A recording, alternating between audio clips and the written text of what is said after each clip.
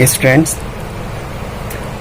आप लोगों की क्लास की वीडियो पढ़ रही हैं, लेकिन आप लोगों ने वीडियो को देखा है और वीडियो को स्किप किया हुआ है। पूरी वीडियो नहीं देखते हैं आप लोग, और आप लोग कॉपी भी अपनी कंप्लीट नहीं करते हैं, जिसके चलते मैंने आप लोगों को कई बार बोला हुआ है कि आप लोग पूरी वीडियो देखिए, लेसन समझिए, और इसके बाद आप कॉपी कंप्लीट करने के बाद मेरे व्हाट्सएप में डालिए। लेकिन आप लोग नहीं डालते हैं।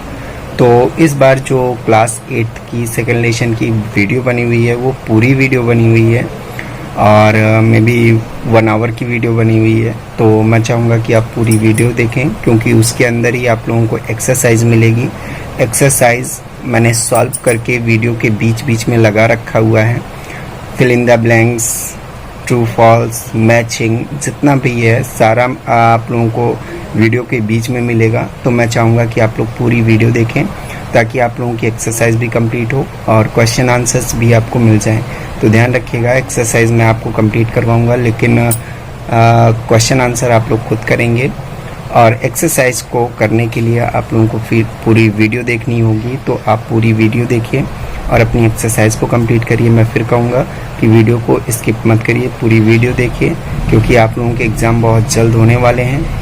और ये ध्यान रखिएगा कि आप जब तक लेसन को नहीं समझेंगे तब तक आप लोगों को एग्ज़ाम में क्वेश्चन सॉल्व नहीं कर पाएंगे, क्योंकि मैं इस बार एग्ज़ाम में जो क्वेश्चन रखने वाला हूँ वो इनसाइड और आउटसाइड दोनों क्वेश्चन रहेंगे।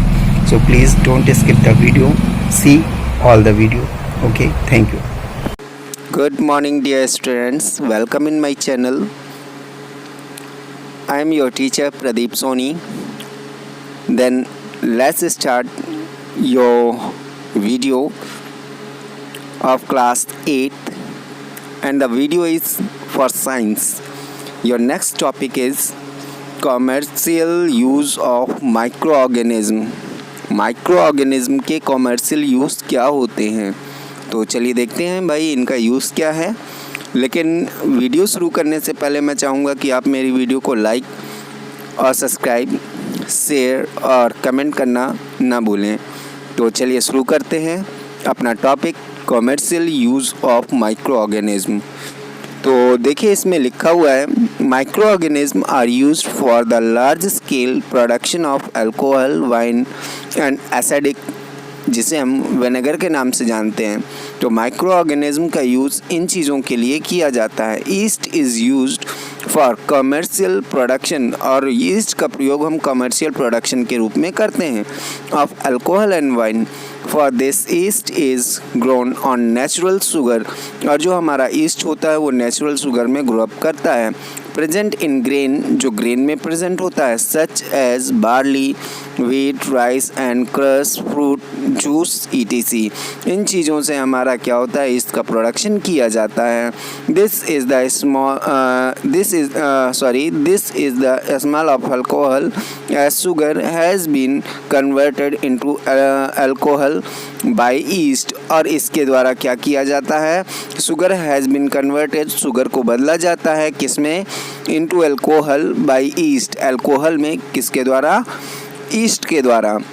The process of converting sugar into alcohol is known as fermentation. The process, यह प्रक्रिया of converting sugar, जिसमें शुगर को बदला जाता है into alcohol, अल्कोहल में, is known as fermentation, और इसी को हम क्या कहते हैं, fermentation कहते हैं।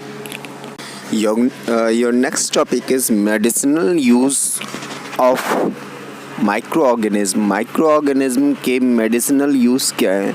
तो चलिए देखते हैं कि माइक्रोऑर्गेनिज्म के मेडिसिनल यूज़ क्या हैं। तो मेडिसिनल यूज पढ़ने से पहले मैं चाहूँगा कि आप मेरी वीडियो को लाइक और सब्सक्राइब ज़रूर करें, है ना, ताकि आप लोगों की प्रेजेंसी का पता चलता रहे। So please like my channel and subscribe it, and comment also how the video is, please tell me. Okay, देखते हैं medicinal use of micro organism के मेडिसिनल यूज़ क्या हैं? तो वेन एवर जब कभी भी फॉल इल, हम बीमार पड़ जाते हैं, द डॉक्टर में गिव सम एंटीबायोटिक, तब हमें डॉक्टर क्या कह देते हैं, उस डिसीज़ के प्रति हमें एंटीबायोटिक देते हैं, सच एज पेनिसिलिन, जैसे penicillin.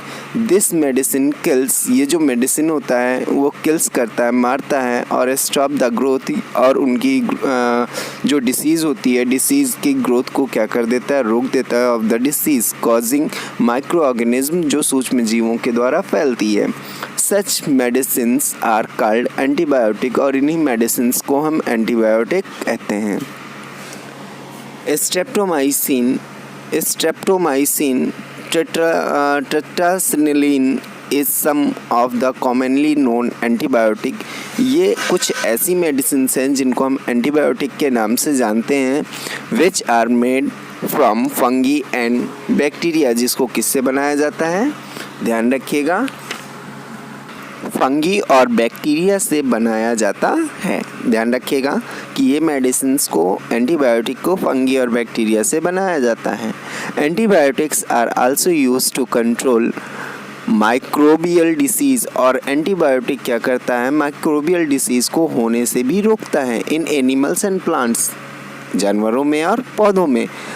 They produce against a particular antigen are very specific and will attack only that antigen, और क्या करता है, दे प्रोड्यूस, ये उत्पन्न करते हैं, अगेंस्ट आ पर्टिकुलर एंटीजन, ये एक विशेष प्रकार का एंटीजन उत्पन्न करते हैं, किसके विरुद्ध, इन डिसीज़ के विरुद्ध, आर वेरी स्पेसिफिक, जो बहुत स्पेसिफिक होता है, and will attack only that antigen, जो केवल उसी एंटीजन को क्या करता है, मारता है या उसी पर अटैक करता है। Okay, then your next topic is increasing soil fertility. आइए देखते हैं कि कैसे सॉइल की फर्टिलिटी को बढ़ाई जाती है। ठीक है, तो देखते हैं sorry, A few bacteria are blue green algae, कुछ बैक्टीरिया होते हैं जो ब्लू ग्रीन एल्गी होती हैं, ध्यान रखिएगा, ब्लू ग्रीन एल्गी, ये दो एल्गी होती हैं, ब्लू और ग्रीन, ठीक है, जो किसके रूप में पाई जाती हैं, सिम्बायोसिस, ध्यान रखिएगा, सहजीवी के रूप में पाई जाती हैं, ठीक है, इन्हें हम सिम्बायोसिस के नाम से भी जानते हैं। ब्लू ग्रीन जो एल्गी हैं are able to fix nitrogen from the atmosphere, और ये क्या करती हैं, एटमॉस्फेयर के नाइट्रोजन को फिक्स करती हैं, मीन्स ये नाइट्रोजन फिक्सेशन बैक्टीरिया के रूप में पाए जाते हैं, एल्गी के रूप में। Atmosphere to enrich soil with nitrogen, ताकि क्या हो जाए, जो सॉइल है वो क्या हो जाए, इनरिच हो जाए, वृद्धि हो जाए, किसकी, नाइट्रोजन की, इन इंक्रीज इन फर्टिलाइजेशन, जिससे वो क्या हो जाए, उपज में उसकी वृद्धि हो जाए। These organism are commonly called biological nitrogen fixation, और इसी को हम बायोलॉजिकल नाइट्रोजन फिक्सेशन कहते हैं, जो मैं आपको पहले बता चुका हूँ। These act as natural fertiliser, और इसी को हम नेचुरल फर्टिलाइज़र के नाम से जानते हैं। Class 8 students, listen me carefully what I am going to tell you. आप लोग वीडियो को पूरा नहीं देखते हैं, स्किप कर देते हैं, क्योंकि आप लोगों को क्वेश्चन आंसर एक्सरसाइज आपको मैं सब देता हूँ, इसलिए आप लोग वीडियो को स्किप कर देते हैं। So that is your work to trace out the question answer and fill the exercise. You must have to fill the exercise. I don't give you any answer, any questions answer. किसी का भी मैं question का answer नहीं दूंगा, ना ही मैं exercise आपको करवाऊंगा। So you must have to watch the video. ध्यान रखिएगा, आपको पूरी वीडियो देखना है। वीडियो को लाइक आप ज़रूर करेंगे ताकि आपकी प्रेजेंसी पता चलती रहे। मैं बार बार कह रहा हूँ कि वीडियो को लाइक ज़रूर करें। तो चलिए देखते हैं अपना अगला टॉपिक हमारा अगला टॉपिक क्या है, तो हमारा अगला टॉपिक है क्लीनिंग द इन्वायरमेंट, मीन्स वातावरण को साफ करना। Micro organism can be used to degrade the harmful and decomposed substance that thereby clean up the environment। Means जो माइक्रो ऑर्गेनिज्म होते हैं वो क्या करते हैं, हमारे एटमॉस्फेयर में पाए जाने वाले जितने भी सब्सटेंस होते हैं, डिग्रेडेंट सब्सटेंट होते हैं, उनको ये क्या कर देता है, बैक्टीरिया या ये माइक्रो ऑर्गेनिज्म क्या करते हैं, सबको साफ़ कर देते हैं। आप जैसे देखते हैं कि जीव जंतु मर जाते हैं, है ना, और धीरे धीरे पड़े पड़े वो क्या हो जाते हैं, उनमें से बदबू आने लगती है। लेकिन कुछ समय बाद देखते हैं कि वहाँ पर जो आप लोगों के जीव जंतु पड़े होते हैं वो पूरी तरह से डिस्ट्रॉय हो चुके होते हैं, है ना। केवल आपको बोन्स दिखाई देती हैं, वो भी वाइट कलर की बोन्स दिखाई देती हैं, ठीक है। क्यों? क्योंकि ये जो माइक्रो ऑर्गेनिज्म है ये उनको क्या कर देते हैं, पूरी तरह से डिस्ट्रॉय कर देते हैं और हमारे एटमॉस्फेयर को साफ करते हैं, ठीक है। These decompose substance are recycle, और ये जो डिकम्पोज सब्सटेंस होते हैं इनका रिसाइकिल किया जाता है, पुनः निर्माण किया जाता है।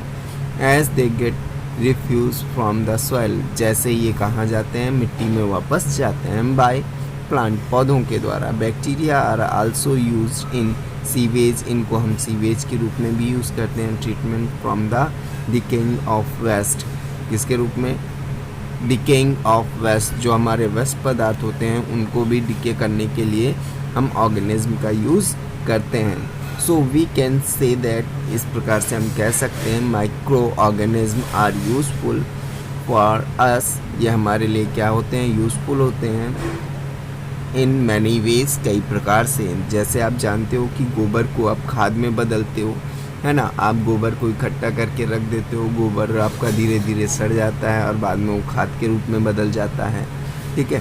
तो इस प्रकार से हम क्या करते हैं, माइक्रो ऑर्गेनिज्म के द्वारा हम ढेर सारी चीज़ें बनाते हैं, ठीक है। तो इस प्रकार से ये कह रहा है कि जो माइक्रो ऑर्गेनिज्म होता है are useful for us in many ways, जो माइक्रो ऑर्गेनिज्म होता है वो कई तरीके से हमारे कामों में आता है, ठीक है। तो चलिए देखते हैं अपना नेक्स्ट टॉपिक। हमारा नेक्स्ट टॉपिक क्या है, हमारा नेक्स्ट टॉपिक है, 1 मिनट, हमारा नेक्स्ट टॉपिक है हार्मफुल माइक्रो ऑर्गेनिज्म। मीन्स ऐसे ऑर्गेनिज्म जो हमें क्या पहुंचाते हैं, नुकसान पहुंचाते हैं, ऐसे ऑर्गेनिज्म को हम क्या कहते हैं, हार्मफुल माइक्रो ऑर्गेनिज्म कहते हैं। तो चलिए देखते हैं कि हार्मफुल माइक्रो ऑर्गेनिज्म क्या है। लेकिन फिर से मैं कहूँगा कि वीडियो को लाइक ज़रूर करें।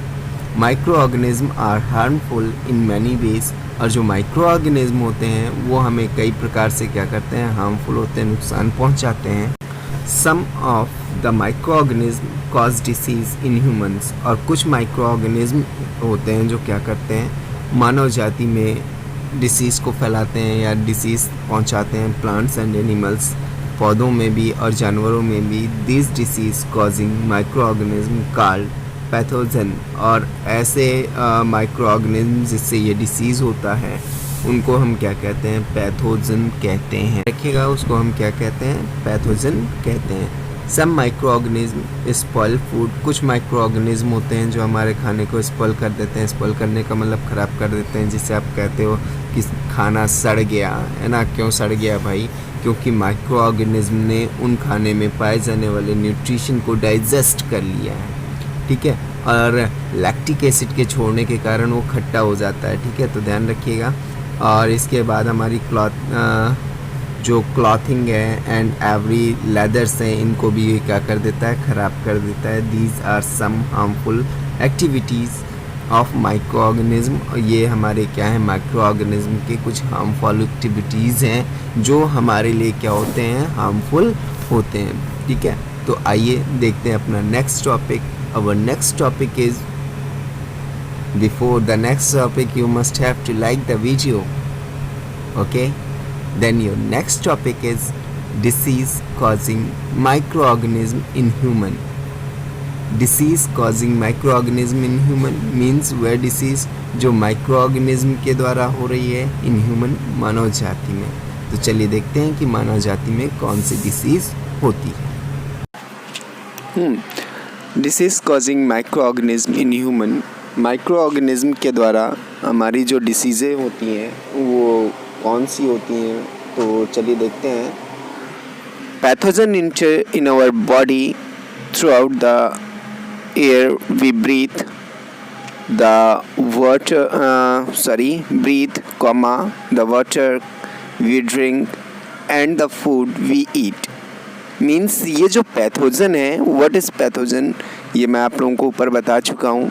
And your question is what is pathogen. Pathogen क्या है, that is your question, you must have to give the answer right now. तो चलिए देखते हैं। तो ये क्या कह रहा है कि plants and animals this disease cause micro organism called pathogen, और इन्हीं पैथोजन के कारण disease causing micro organism in human, हम यहाँ पर थे।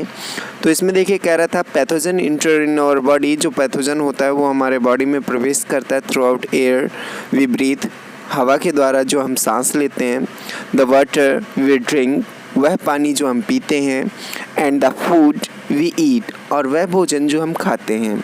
दे can also get transmitted by direct contact with an infected person.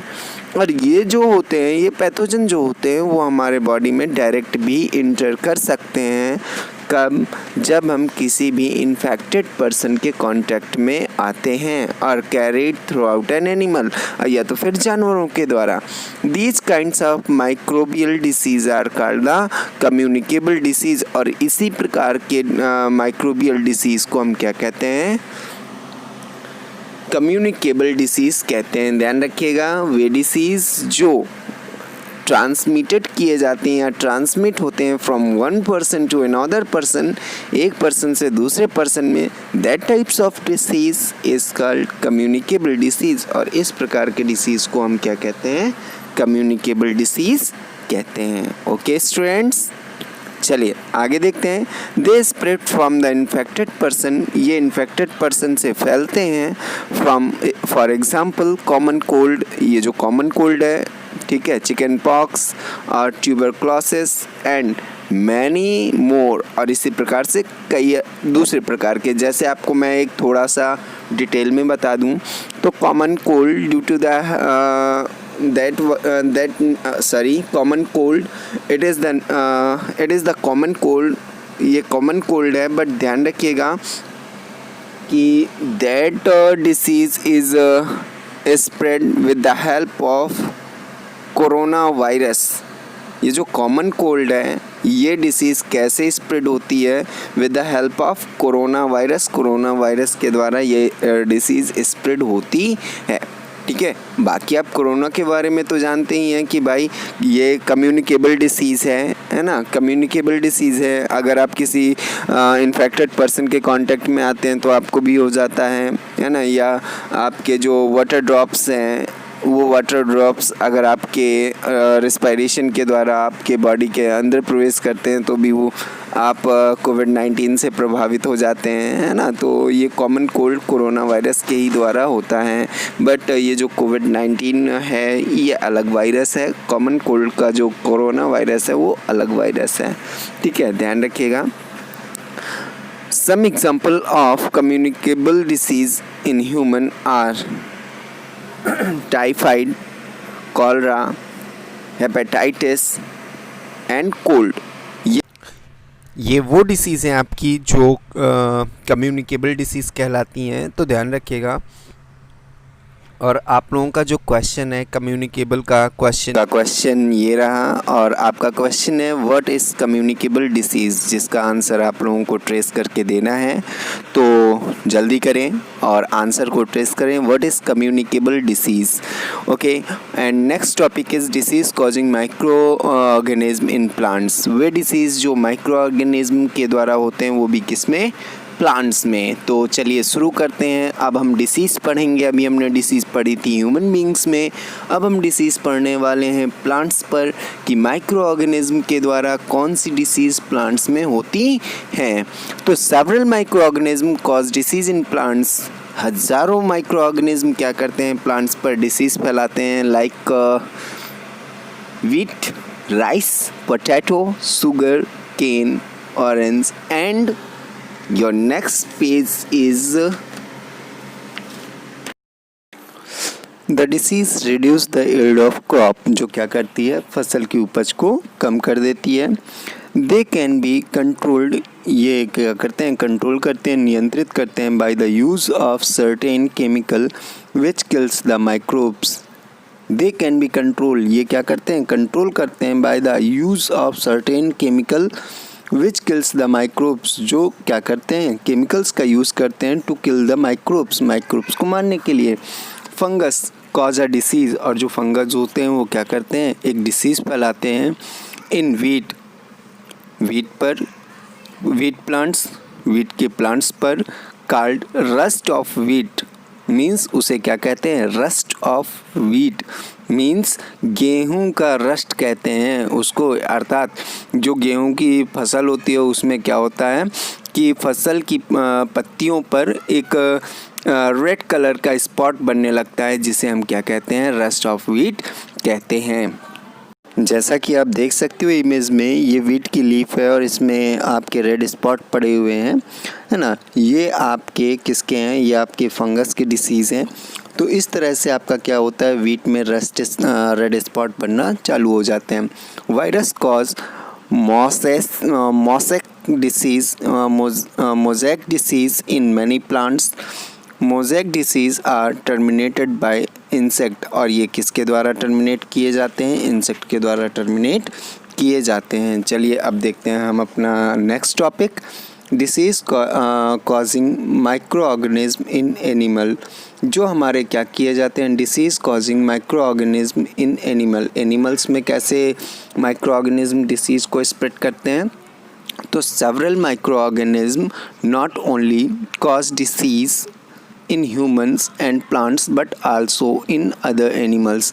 जो माइक्रो ऑर्गेनिज्म होते हैं वो केवल मानव जाति को या प्लांट्स को ही नहीं बल्कि एनिमल्स को भी प्रभावित करते हैं. For example, anthrax is a dangerous disease caused by bacteria. Anthrax, ध्यान रखिएगा, एंथ्रैक्स एक ऐसी बीमारी है जो बैक्टीरिया के द्वारा जानवरों में फैलती है. In animals virus also cause foot and mouth disease, और एनिमल्स में क्या होता है, वायरस के द्वारा फुट और माउथ डिसीज़ भी हो जाते हैं. वैसी food poisoning can be due to the consumption of food spoiled by some microorganism. Food poisoning can be due means food poisoning can be होता है due to consumption of food spoiled by some microorganism. जब सूक्ष्म जीवों के द्वारा हमारे भोजन को स्पॉइल कर दिया जाता है, ख़राब कर दिया जाता है, तब हमें फूड पॉइजनिंग होती है. Microorganism that grow on our food sometimes produce toxic substance. These make the food poisoning, causing serious illness and even death. क्या कह रहा है, microorganism that grow on our food, जो हमारे भोजन पर उगते हैं, समटाइम कभी कभी प्रोड्यूस उत्पन्न करते हैं टॉक्सिक सब्सटेंस. टॉक्सिक सब्सटेंस का मतलब होता है जहरीला पदार्थ. These make the food poisoning causing serious illness, जो हमें क्या करता है, सीरियस इलनेस या सीरियस डिसीज़ से हमें प्रभावित कर देता है और हम बीमार हो जाते हैं. कभी कभी क्या होता है, इवन डेथ, हमारी मृत्यु भी हो जाती है. So it is very important, ये बहुत महत्वपूर्ण है दैट कि we preserve food to prevent it from being spoiled, कि हमारा भोजन को प्रिजर्व करना चाहिए, जो भोजन हम रख रहे हैं उनको प्रिजर्व करना चाहिए ताकि ये ख़राब ना होने पाए. So we can say that, हम यह कह सकते हैं कि microorganism are harmful. Microorganism हमें नुकसान पहुंचाते हैं टू अस, हमें इन मैनी वेज, कई प्रकार से. ओके स्टूडेंट्स, फूड पॉइजनिंग आपको समझ में आ गई होगी. इसीलिए अपने भोजन को हमें क्या करना चाहिए, सेफ रखना चाहिए और ऐसी जगह पर रखना चाहिए जहाँ पर माइक्रो ऑर्गेनिज्म इनको प्रभावित ना करने पाए, और हमें कभी भी ख़राब भोजन या बासा भोजन नहीं करना चाहिए. So eat fresh food to be healthy. Okay, your next topic is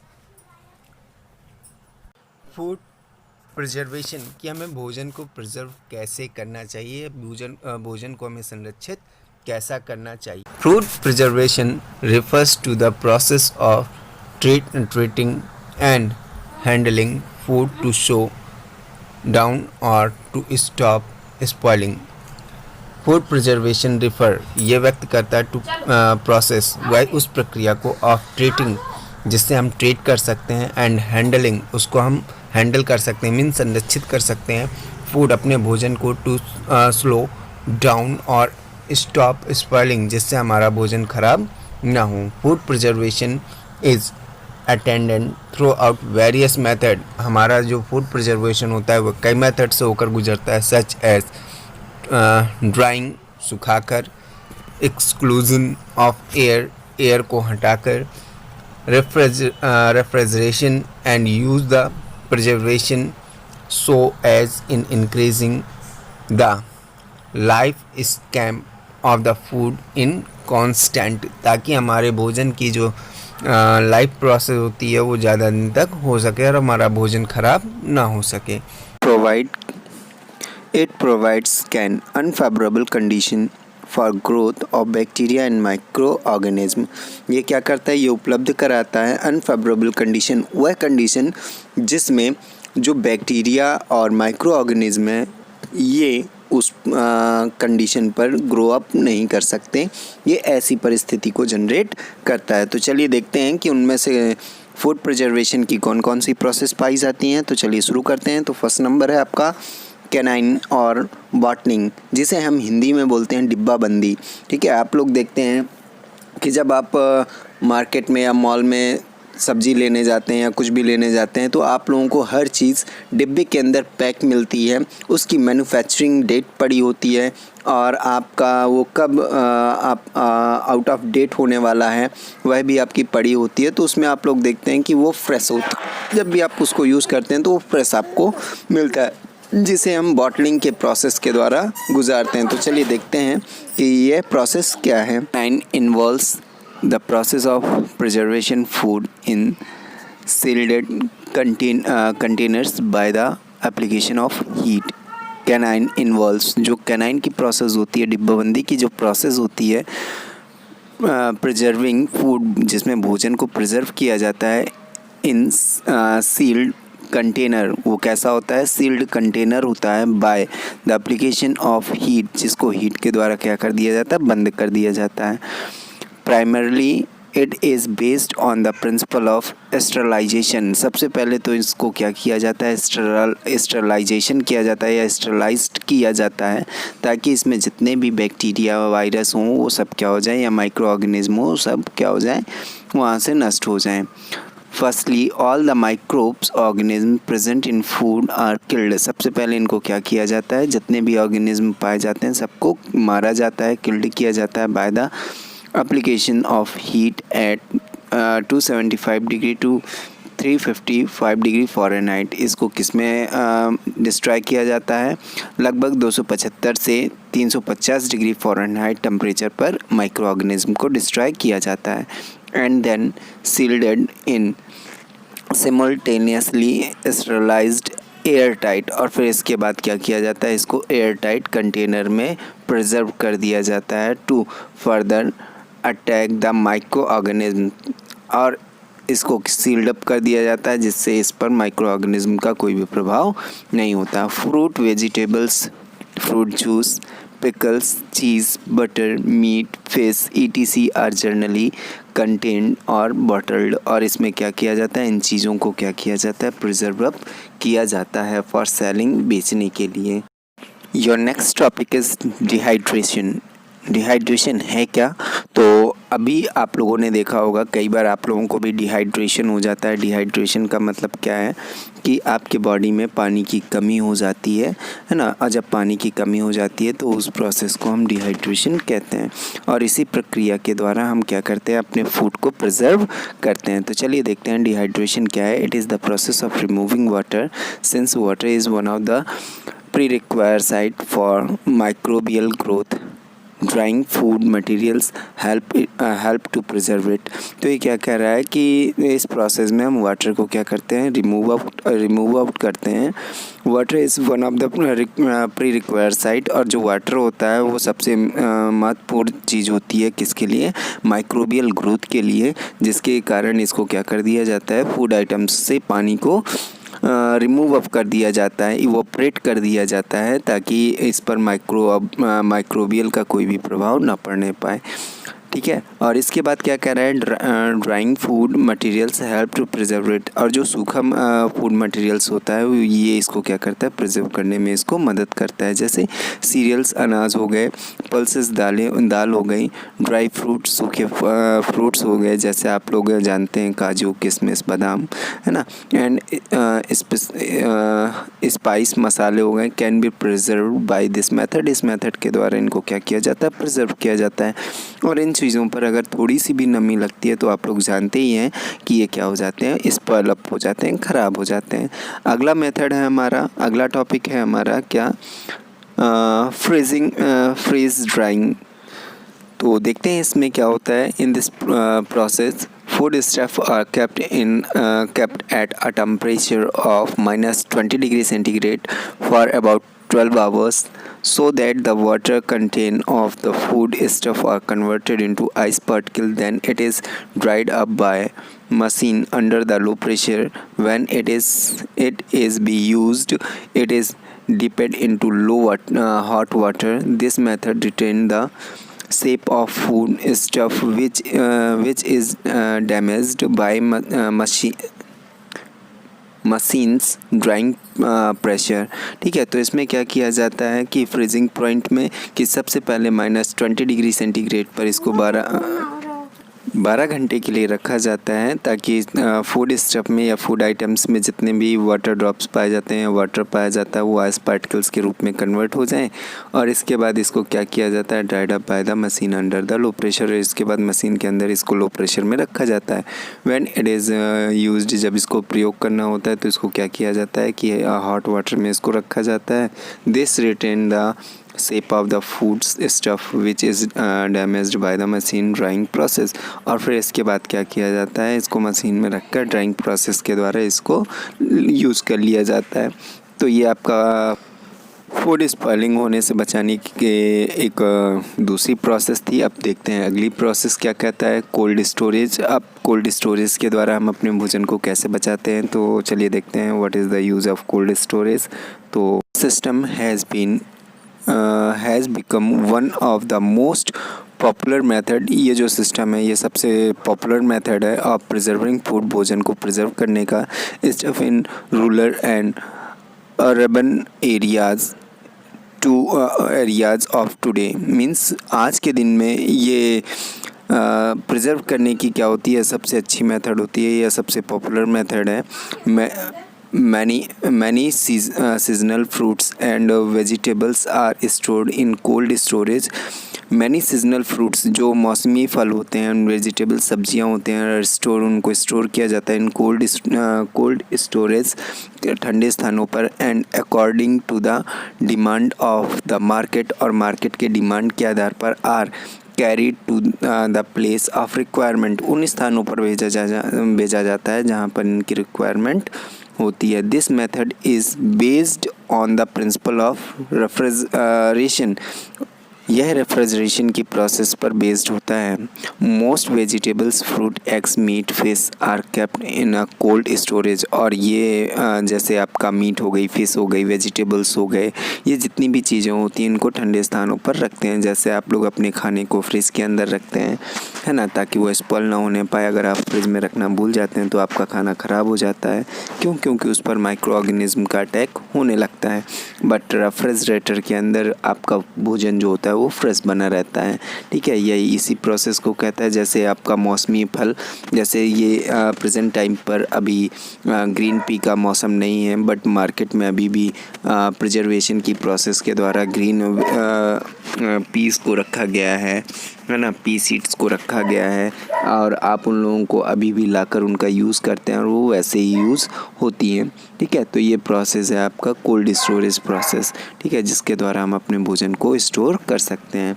तो आप लोगों की वीडियो अगर आप लोग देख रहे हैं, वीडियो आप लोगों को पसंद आ रही है तो लाइक का बटन दबाना ना भूलें। आप लोगों को मैं बार बार बोल रहा हूँ। और क्वेश्चन आंसर्स जो आपको दिए जा रहे हैं उन क्वेश्चन आंसर को निकाल कर आप लोग हमारे कमेंट बॉक्स पर ज़रूर डालें, ठीक है। तो अगला टॉपिक अब देखते हैं कि अगला टॉपिक प्रिजर्वेशन का हमारा अगला टॉपिक क्या है। Our next topic is pasteurization. What is pasteurization? It is a method of heating treatment using mainly for milk. It is a method, ये एक प्रक्रिया है of heating, गर्म करने की treatment used mainly for milk, जो किसके लिए यूज़ किया जाता है, मिल्क के लिए यूज़ किया जाता है। by heating the milk at 70 degree centigrade to 72 degree centigrade for 15 second. 15 second के लिए क्या किया जाता है, दूध को 70 डिग्री सेंटीग्रेड से 72 डिग्री सेंटीग्रेड पर गर्म किया जाता है 15 सेकंड तक। एंड देन कूलिंग इट, और इसको ठंडा किया जाता है rapidly to 10 degree centigrade. 10 degree centigrade तक all disease causing bacteria are destroyed, जिससे क्या होता है, सारे के सारे बैक्टीरिया डिस्ट्रॉय हो जाते हैं, मर जाते हैं। The milk which you get at the mother dairy both and the tetra pack milk you buy from shop is pasteurized। उसको क्या किया जाता है, पास्चराइज किया जाता है। The milk which you get वह मिल्क जो आप प्राप्त करते हैं एट द मदर डेयरी से, मदर से, डेयरी से, both and the tetra pack milk, और या तो जो मिल्क आपको पैकेट में मिलता है, यू विल बाय, जो आप ख़रीदते हो फ्रॉम शॉप, दुकानों से, इस पास्चराइज्ड, वो कैसा होता है, पास्चराइज्ड होता है। Our next topic is irradiation. Our next topic is irradiation is new technique of preservation. ये प्रिजर्वेशन की एक नई टेक्निक है which is at the stage of experiment, जो एक एक्सपेरिमेंट का स्टेज है। The WHO has advised the use of this process only in the case of wheat, onion and potato. WHO ध्यान रखिएगा, world health organization, it is the full name of WHO। यह WHO का full name है। इन्होंने advice दिया हुआ है कि ये जो ये जो प्रोसेस है ये किस में किया जाता है, वीट में, ओनियन में, पोटैटो में, इन चीज़ों में इस प्रोसेस का उपयोग ज़्यादा किया जाता है। इन दिस प्रोसेस, इस प्रक्रिया में गामा रेज और high speed electrons are used. इसमें क्या किया जाता है, गामा रेज का प्रयोग किया जाता है या तो फिर हाई स्पीड इलेक्ट्रॉन रेज का प्रयोग किया जाता है टू डिस्ट्रॉय माइक्रो ऑर्गेनिज्म, सूक्ष्म जीवों को मारने के लिए। This radiation are termed as ionizing radiation, और इनको हम किसके नाम से जानते हैं, आयनिंग रेडिएशन के नाम से जानते हैं। The best advantage of this process is that, इस प्रोसेस की सबसे अच्छी एडवांटेज यह है कि the food can be stored without refrigerator, कि इसको इस ट्रीटमेंट का यूज़ करने के बाद फूड को स्टोर किया जा सकता है बिना रेफ्रिजरेटर के। ओके, तो ये आप लोगों का प्रोसेस है, या आप लोगों का फूड प्रिजर्वेशन की जो टॉपिक्स थे वो आपके कंप्लीट हो चुके हैं। अब हमारा लास्ट टॉपिक बचा हुआ है जिसका नाम है नाइट्रोजन साइकिल। मींस हमारी जो नाइट्रोजन साइकिल है, वो नाइट्रोजन साइकिल हमारे एटमॉस्फेयर में कैसे कंप्लीट करती है या कैसे इसकी प्रोसेस होती है। तो चलिए शुरू करते हैं नाइट्रोजन साइकिल के बारे में। Let's start your nitrogen cycle. The main component of The nitrogen cycle start with the element nitrogen in the air. The main component, मुख्य जो तत्व होता है ऑफ नाइट्रोजन साइकिल का स्टार्ट शुरू होती है with the element, वह उस एलिमेंट से नाइट्रोजन इन द एयर, जो नाइट्रोजन हवा में पाई जाती है। 2 nitrogen oxide are found in the air में 2 नाइट्रोजन ऑक्साइड पाए जाते हैं एज अ रिजल्ट, परिणाम के तौर पर, ऑफ इंटरेक्शन विद ऑक्सीजन, जो ऑक्सीजन से जुड़े होते हैं। Nitrogen will only react with oxygen, जो केवल ऑक्सीजन से ही रिएक्ट करती हैं इन the presence of high temperature. और ये प्रक्रिया किसकी उपस्थिति में होती है? हाई टेम्परेचर की प्रेजेंस में। And preserve found near lightning bolts and in combustion reaction in power plants or internal combustion engines। ये क्या कह रहा है कि नाइट्रोजन विल ओनली रिएक्ट, और जो नाइट्रोजन होता है वो रिएक्ट करता है विद ऑक्सीजन, ऑक्सीजन से in the presence of high temperature पर। And preserve and pressure found near lightning, और ये जो प्रेशर होता है वो लाइटनिंग के दौरान होता है। Bolts, lightning bolts. And in combustion के दौरान होता है। रिएक्ट इन पावर प्लांट, जो कहाँ होता है? पावर प्लांट पर होता है, जहाँ पर इलेक्ट्रिक उत्पन्न होती हैं। और इंटरनल कम्बशन इंजन्स, या तो इंजन्स के इंटरनल कम्बशन पर होती हैं। Nitric oxide and nitrogen dioxide are formed under these conditions। Means nitrogen oxide, ध्यान रखिएगा, नाइट्रोजन ऑक्साइड जिसका फार्मूला है NO एंड नाइट्रोजन डाइऑक्साइड जिसका फार्मूला है NO2 आर फॉर्मेड, ये दोनों बनते हैं under these condition, in conditions पर। इवेंचुअली नाइट्रोजन ऑक्साइड में रिएक्ट विद वाटर, और जो नाइट्रोजन ऑक्साइड होता है वो वाटर से रिएक्ट करता है इन रेन, बरसात के समय, टू फॉर्म, जो बनाता है, क्या बनाता है? Nitric oxide. ध्यान रखिएगा, क्या बनाता है? नाइट्रिक ऑक्साइड जिसका सूत्र होता है HNO3। नाइट्रिक ऑक्साइड का फॉर्मेशन करता है कब? जो नाइट्रोजन डाइऑक्साइड होता है वो, जो आपका नाइट्रोजन डाइऑक्साइड होता है वह बरसात के पानी के साथ मिलकर नाइट्रिक एसिड का फॉर्मेशन कर लेता है। The nitrate thus formed may be utilized by the plants as a nutrient, और ये जो नाइट्रेट होता है, ये नाइट्रेट क्या करता है? प्लांट्स के द्वारा यूज़ कर लिया जाता है एज अ न्यूट्रिएंट्स, पोषक तत्वों के आधार पर। Nitrogen in the air becomes a part of biological matter, और ये जो नाइट्रोजन होता है इन द एयर, जो हवा में पाया जाता है, बिकम्स, बन जाता है, पार्ट ऑफ बायोलॉजिकल मैटर, किसके रूप में? जैव मैटर के रूप में, ये एक तत्व के रूप में बन जाता है। Mostly through out the action of bacteria and algae in a process known as the nitrogen fixation, और यह बैक्टीरिया और एल्गी की एक प्रोसेस होती है जिसको हम नाइट्रोजन फिक्सेशन के रूप में जानते हैं। Legume plants such as clover, like clovers, alfalfa and soyabean from nodules on the root, where nitrogen fixation bacteria take nitrogen from the air and convert it into ammonia। क्या करते हैं कि ये जो आपके प्लांट्स होते हैं, इन प्लांट्सों की रूट में, ध्यान रखिएगा, प्लांट्स की रूट में एक नोट के जैसी, गांठ के जैसी संरचना पाई जाती है। गांठ के जैसी संरचना होती है जिसमें नाइट्रोजन फिक्सेशन बैक्टीरिया पाए जाते हैं, जो एटमॉस्फेयर में पाए जाने वाले नाइट्रोजन को कन्वर्ट करता है किसके रूप में? अमोनिया के रूप में, NH3 के रूप में। ध्यान रखिएगा, और इसी कारण इनको नाइट्रोजन फिक्सेशन बैक्टीरिया भी कहते हैं। The ammonium is further converted by the bacteria first into nitrate ion, और सबसे पहले इनको अमोनिया को किस में कन्वर्ट किया जाता है?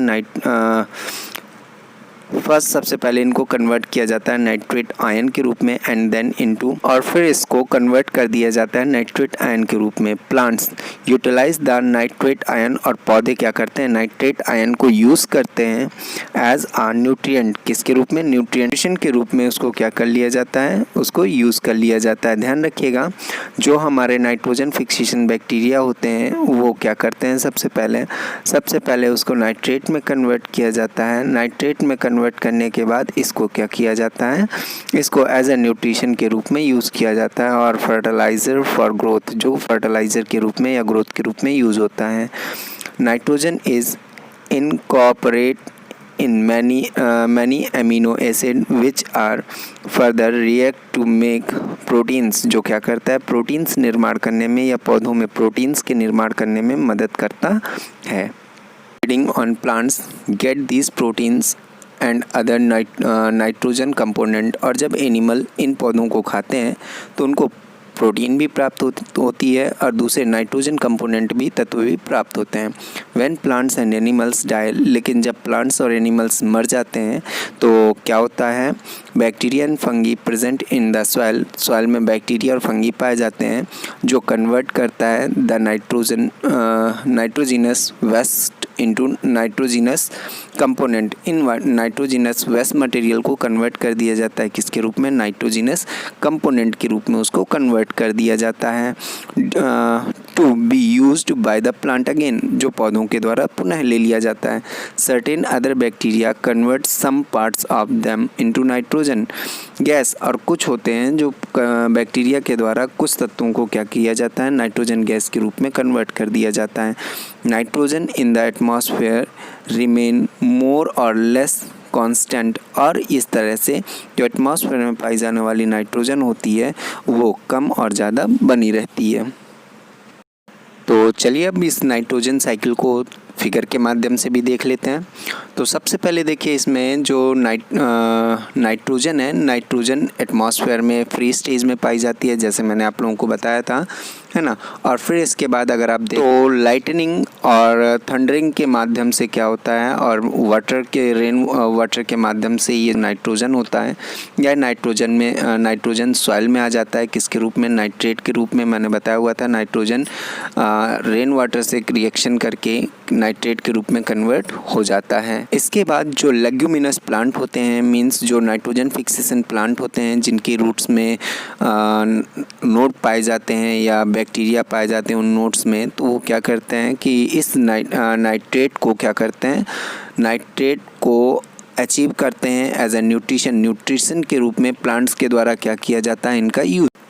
फिर इसके बाद ये प्लांट्स क्या करते हैं, after that plants make their protein, वो प्रोटीन का फॉर्मेशन करते हैं and all the herbivorous animals get the nutrition from the plants। जितने भी herbivorous animals होते हैं वो plants के द्वारा nutrition को प्राप्त करते हैं, और कुछ नाइट्रोजन कंपोनेंट भी उन्हें प्राप्त होता है। And after that when the herbivorous animals going to be dead, जब ये मर जाते हैं तो क्या होता है नाइट्रोजन जितने भी कंपोनेंट होते हैं वो मृदा में पाए जाने वाले तत्वों के द्वारा या बैक्टीरिया और एल्गी के द्वारा इन तत्वों को ले लिया जाता है, और पुनः ये कहाँ पहुँच जाते हैं, प्लांट्स में पहुँच जाते हैं। और इस तरह से ये नाइट्रोजन जो होता है, ये नाइट्रोजन साइकिल जो होती है वो कंटिन्यू चलती रहती है।